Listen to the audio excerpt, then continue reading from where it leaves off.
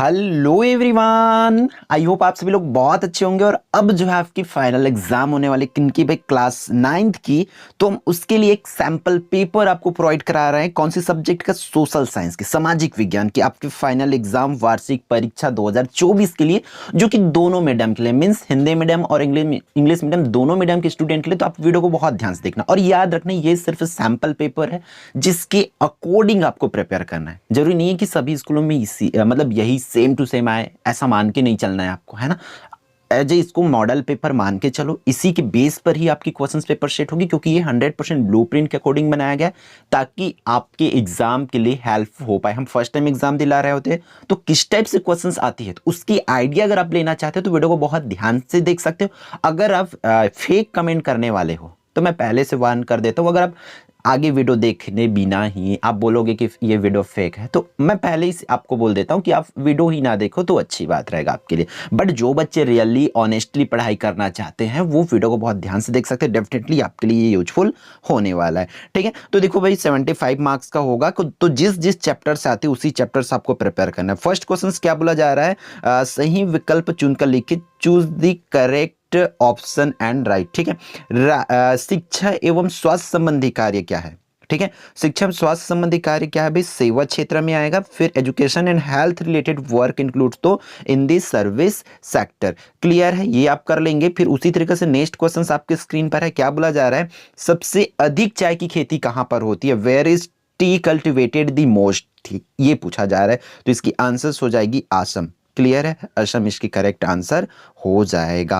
Clear है। फिर third question क्या बोला जा रहा है भाई? मकराना प्रसिद्ध है। ठीक है, मकराना किसके लिए फेमस है उसको पूछा जा रहा है, तो ये है भाई संगमरमर के लिए, फॉर मार्बल। अंडरस्टैंड, ये हो जाएगी। फिर हमारा फोर्थ क्वेश्चन आपकी स्क्रीन पर है। क्या बोला जा रहा है कि किस तिथि को सूर्य कर्क रेखा पर लंबवत चमकता है? ये बताना है, तो आपको इसकी आंसर जो है टिक आउट करके आना है। 21 जून, मतलब 21 जून इसकी करेक्ट आंसर हो जाएगा। क्लियर। फिर फिफ्थ की अगर हम बात करें, राष्ट्रीय वन नीति की घोषणा कब की गई थी? तो राष्ट्रीय वन नीति की घोषणा जो है 1988 में, मतलब 1988 में किया गया था। ये इसकी करेक्ट आंसर हो जाएगा। तो ये रहा आपके 5 मार्क्स के लिए सही विकल्प। इसी तरह के क्वेश्चंस आपको पूछे जाएंगे। फिर अगला हमारा बात कर लेते हैं किस पर भाई? रिक्त स्थान की पूर्ति।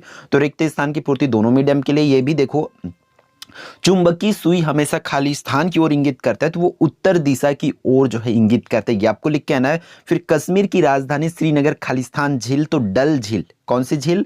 डल झील इसकी आंसर हो जाएगी। फिर थर्ड की बात करें तो विश्व की सबसे बड़ी डेल्टा कौन सी पूछा जा रहा है? तो सबसे बड़ी डेल्टा है सुंदरवन डेल्टा। क्लियर है। फिर फोर्थ की बात करें तो चीड़ और देवदार के वृक्ष खालिस्तान क्षेत्र में पाए जाते हैं, तो पर्वतीय क्षेत्रों में पाए जाते हैं। फिर जबलपुर का कौन सा बड़ा घाट जो है खालिस्तान चट्टान के लिए प्रसिद्ध है, तो वो प्रसिद्ध किसके लिए भाई? संगमरमर के की चट्टान के लिए प्रसिद्ध है। क्लियर है। तो फिर इसको मैच दी कॉलम आपको कर लेना है भाई अच्छे से। देखो, भारत की शिक्षा नीति की बात करें तो ये चला जाए किस पर भाई? लॉर्ड मैकाले पर। ठीक है। अर्जेंटीना की स्वतंत्रता जो चला जाएगा जोस मार्टिन पर चला जाएगा। ठीक है। पूंजी पूंजी की बात करें तो पूंजी से ही उत्पादन क्या होता है? गतिशील होते हैं। भूमि जो है प्रकृति का उपहार है। चाय की बात करें तो ये ब्रह्मपुत्र के मैदानों का मुख्य फसल है। तो इस तरीके से आपको इसको करना है। क्लियर है। तो इसी तरीके से इसी पैटर्न में आपको क्वेश्चन जो है पूछे जाएंगे। हमारे इंग्लिश मीडियम वाले स्टूडेंट भी यहाँ से उसको मैच आउट कर सकते हो। फिर 2 मार्क्स की क्वेश्चंस की बात करें तो क्वेश्चन नंबर 2 से लेकर के 6 तक के 2 मार्क्स के लिए आएगा। तो देखो, इसी वे पे आपको प्रिपेयर करना है। कृषि क्षेत्र में कौन कौन सी संबंधित गतिविधियों को शामिल किया गया है, ये कर सकते हो।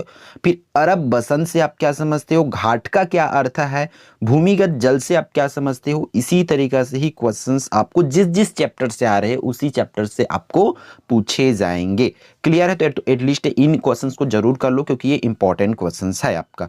फिर अब देखो, छठवां क्वेश्चन है, भारत में वाणिज्यिक अधिकार का बुनकरों पर क्या प्रभाव पड़ा, उसको आपको एक्सप्लेन करना है 2 नंबर के लिए। फिर यहां से जो है आपका 3 नंबर के लिए। तो 3 नंबर के लिए देख लो भाई, निम्नलिखित के प्रतीक चिन्ह बने। तो प्रतीक चिन्ह इस तरीके से आपके चैप्टर 1-2 से ही पूछे जा सकते हैं, जैसे कि पक्की सड़क क्या है, तालाब की चिन्ह, मंदिर का चिन्ह, कब्रिस्तान का चिन्ह क्या होती है, उसको आपको बनाना रहेगा। ठीक है। Make the symbols of the following है ना। तो इन सब चीज़ की जो सिंबल्स आपको पता होनी चाहिए, अच्छे से प्रिपेयर कर लो, इस तरीके से क्वेश्चंस पूछे जाते हैं, ठीक है। फिर उदाहरण देकर मूल्य संवर्धन को जो है इस विस्तार से आपको समझाना है, तो ये क्वेश्चंस कर सकते हैं। उसी तरह का क्वेश्चन नंबर 9 की अगर बात करें तो जलवायु से आप क्या समझते हैं, मौसम और जलवायु किस प्रकार भिन्न है उसको आपको करना है। फिर कम आय पाने वाले परिवारों को आमदनी किस तरह बढ़ाई जा सकती है उसको 3 मार्क्स के लिए एक्सप्लेन करना है। फिर यहाँ से अगर 11 से बात करें तो 11 से 14 तक के आपके 4 मार्क्स 4 मार्क्स के लिए क्वेश्चन है, 4 अंक के लिए क्वेश्चन है ना। तो इस तरीका से ही क्वेश्चन इसमें पूछे जाएंगे, इसलिए आप अच्छे से कर लो कि इंग्लैंड की संसद ने ऐसे कौन से कदम उठाए जिससे निरंकुश वाद जो है समाप्त किया जा सका, इसको करना है। कोई 4 लिखना है। फिर इसके और में आपको अथवा में यहाँ से दिया हुआ है, भारत जैसे विशाल और विविधता वाले देशों में लोग एक राष्ट्रीय भावना के तहत एकजुट हुए, इसके पीछे क्या कारण दिखाई दे रहा है, इसको 4 कारण लिखना है कि लोग एकजुट क्यों हुए करके। क्लियर। फिर 12वां क्वेश्चन आपकी स्क्रीन पर है, क्या बोला जा रहा है, यूरोप में विज्ञान के विकास में चीन, भारत और अरब देशों का क्या योगदान था, उसको करना है। फिर मध्यकाल के अंत में ऐसी क्या बातें हुई जिसके कारण समाज में बदलाव जो है संभव हुआ, तो ये क्वेश्चन भी आप देख सकते हो। क्लियर है। फिर 13 की मैं बात करूं तो 13 में क्या, प्रबोधन की मुख्य विशेषताएं क्या थी, उसका वैज्ञानिक क्रांति से क्या संबंध था, कोई 4 लिखना है।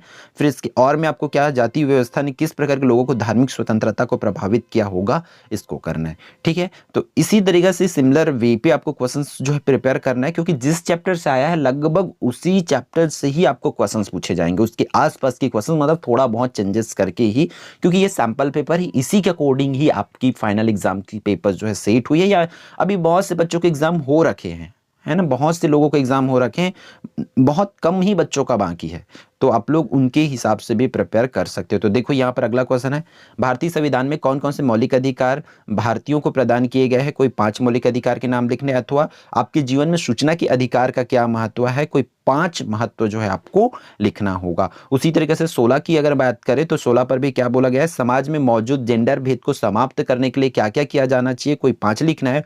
उसी तरह इसके और की बात करें अथवा की बात करें तो सावित्रीबाई फुले ने स्त्रियों की शिक्षा के लिए क्या प्रयास किए थे, कोई 5 प्रयास को आपको लिखना है। फिर यहां से 6 अंक वाले क्वेश्चन स्टार्ट होते हैं भाई, तो 2 क्वेश्चंस आपकी स्क्रीन पर है, देखो बहुत ध्यान से।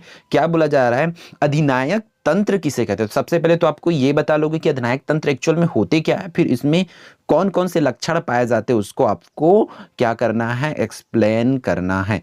क्लियर है।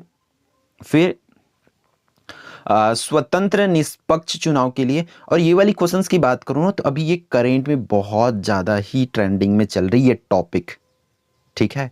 अधिनायक तंत्र आप YouTube में देखोगे तो आपको बहुत सारे वीडियो मिलेगी अभी एट अ टाइम, क्योंकि ये नेताओं के बारे में है, ट्रोल वाली जो वीडियोस है, नरेंद्र मोदी जी के बारे में भी वीडियोस है लगभग, तो वहां पर आपको बहुत सारे वीडियोस मिल जाएगी। तो अभी इसको ना ही देखो, आप सिलेबस के अकॉर्डिंग पढ़ लो, बाद में ये चीजें समझते रहना, ठीक है, क्योंकि इसको पढ़ के जब वो वीडियो देखोगे तो आपको पूरी चीजें समझ आएगी। स्वतंत्र निष्पक्ष चुनाव के लिए कौन कौन सी व्यवस्थाएं होनी चाहिए, सुझाव देना है कि एक चुनाव कराना है तो उसके लिए कौन कौन सी व्यवस्था होनी चाहिए। तो ये चुनाव वाली तो आपके क्लास 10th में भी काम आना है, इसलिए बहुत ध्यान से इन चीजों को आपको करना है। फिर लास्ट 2 क्वेश्चंस आपकी स्क्रीन पर है भाई, आपके अथवा करके, ठीक है, जो कि 6 नंबर के लिए, तो इन क्वेश्चंस को भी आपको करके ही जाना है एग्जाम के लिए। क्लियर है।